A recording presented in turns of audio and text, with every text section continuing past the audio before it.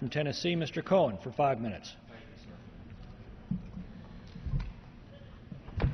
Over the last 3 years, much progress has been made in an effort to recover from the economic fallout, the Great Recession that the President inherited from the previous administration. More needs to be done to stabilize our economy and create jobs for the millions of Americans still out of work. That progress may get derailed this week if the Republican majority refuses to extend tax cuts for 160 million Americans and unemployment benefits for 1.3 million Americans.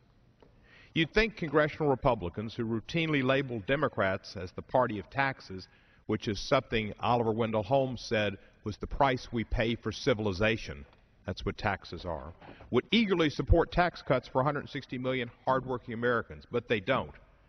I'm buffed. But you listen to the other side, they've got all kind of reasons. They've got extensions. They've got all kind of riders. But the bottom line is, it's a political fight to defeat the President of the United States. It's been their agenda since he was elected. Every day my Republican colleagues come to the House floor to call for lower taxes, particularly for the millionaires. They call them the job creators. Yet when the time comes to support a Democratic payroll tax proposal that lowers taxes and creates jobs, Republican support is not found. Under the Democratic proposal, a family making $50,000 a year and struggling would save $1,500 next year. But this tax cut does more than put money in the pockets of 160 million hardworking Americans and ensure they won't see a tax increase. It also creates jobs. Mark Zandi, the previous Republican President John McCain's economic advisor, said that expanding the payroll tax cut for employees would create 750,000 jobs. Conversely, he says the failure to do so would cost 1 million jobs.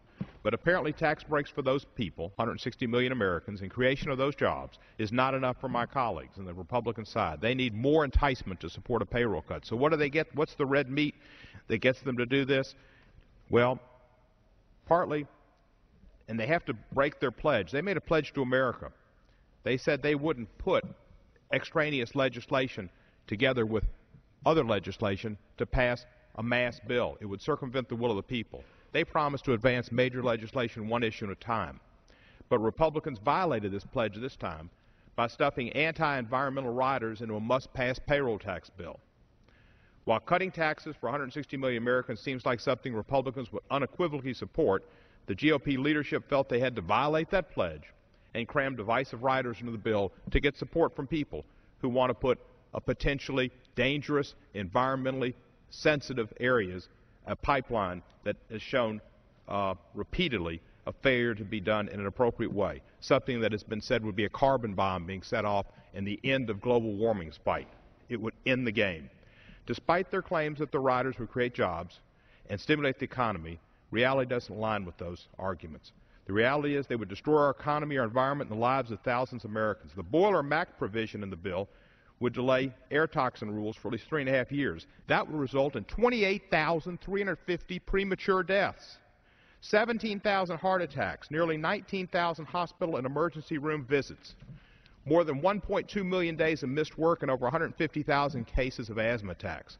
The health benefits of these regulations are estimated to save up to $67 billion and save all those lives. It's astonishing the Republicans would consider delaying a public health that would prevent 8,000 premature deaths a year and save up to $67 billion, the sweetener that was needed to try to get these tax breaks for 160 million Americans. I urge my colleagues to see the folly of their ways and put these harmful riders out of the bill, to stop their effort to just defeat President Obama and do what's right for the American public, to create jobs and to help people on unemployment, which will stimulate our economy. In their pledge to America, they describe what they called circumventing the will of the American people. That's what they're doing today.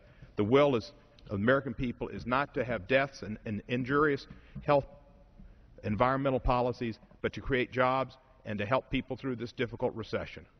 I would ask that we defeat this bill, come back and work together and do what's right for the American people. I yield back the balance of my time.